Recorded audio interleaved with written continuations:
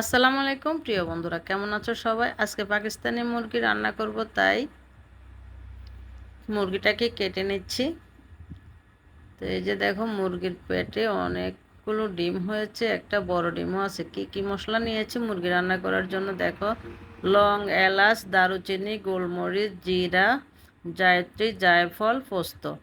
তো সব মশলাগুলোকে আমি কিছু মশলা বেটে নিব, কিছু মশলা আস্ত দিয়ে দিব। তো ম্যারিনেট করার জন্য মাংসগুলো ধুয়ে নিয়েছি, দিয়ে দিয়েছি পেঁয়াজ, দিয়ে দিলাম হলুদের গুঁড়া দিয়ে দিয়েছি 3 চামচ। তো মুরগিটা প্রায় 3 কেজি। এখানে মরিচের গুঁড়া দিয়ে দিলাম 3 চামচ।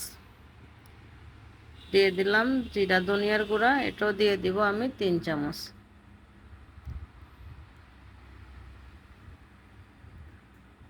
তো এই যে দিয়ে দিলাম স্বাদ মতো লবণ। তো লবণও দিয়ে দিচ্ছি। ম্যারিনেট করে রাখলে মাংস কিন্তু খেতে অনেক ভালো লাগে। দিয়ে দিলাম আদা রসুন বাটা।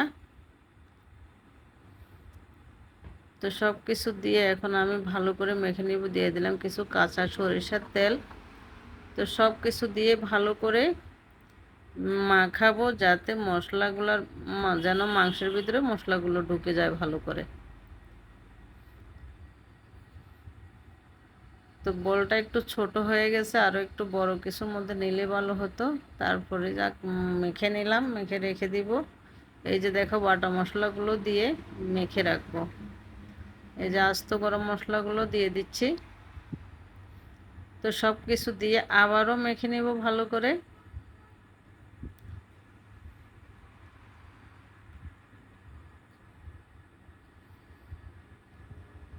তো ভালো করে মাখানো হয়ে গেছে। এদিকে বসাই দিয়েছি একটা প্রেসার কুকার। প্রেসার কুকারে দিয়ে দিয়েছি সরিষার তেল। তেল গরম হয়ে গিয়েছে, দিয়ে দিয়েছি পেঁয়াজ। তো পেঁয়াজটাকে নেড়ে চেড়ে ভালো করে ভেজে নেব।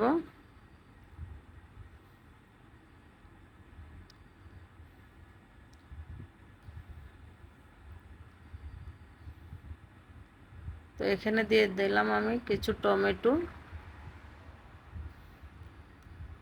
এই মুরগিটা রান্না করব আমি মিষ্টি কুমড়া দিয়ে।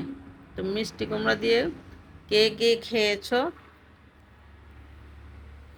কক মুরগি দিয়ে জানাবে কমেন্টসে। তো এই যে আমার পেঁয়াজটা ভাজা হয়ে গেছে। এখন আমি দিয়ে দিব ম্যারিনেট করে রাখা মাংসগুলো।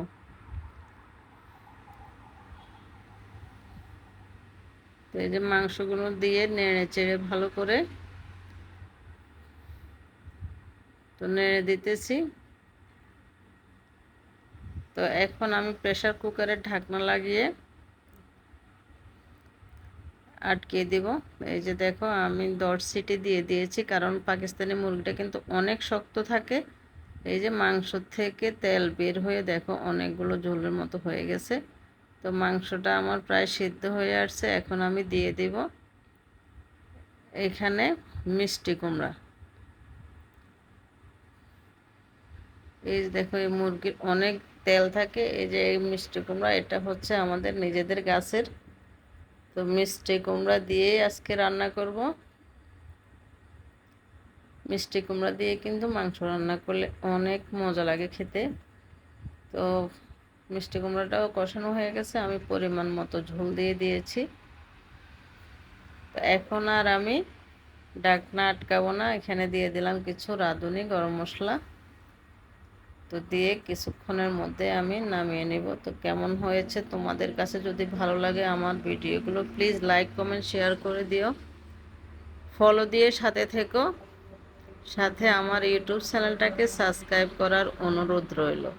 তো এভাবে রান্না করে খেয়ে দেখবে, কিন্তু অনেক মজা লাগে, অনেক ভালো লাগে খেতে। তো এই ভিডিওটা আমার কিছুদিন আগের করা ছিল। আজকে কয়েকদিন তো আমি ঠিকভাবে ভিডিও বানাতে পারতেছি না। তো এই যে দেখো, ফাইনালি আমার মাংস রান্না হয়ে গেছে। দেখতে যেমন সুন্দর হয়েছে, খেতেও কিন্তু অসাধারণ হয়েছে। আর এখানে ডাল আছে, আর ডুমুর, আর হচ্ছে এই যে মুরগি, আর এই যে ভাত। তো ভালো থেকো সবাই, সুস্থ থেকো সবার।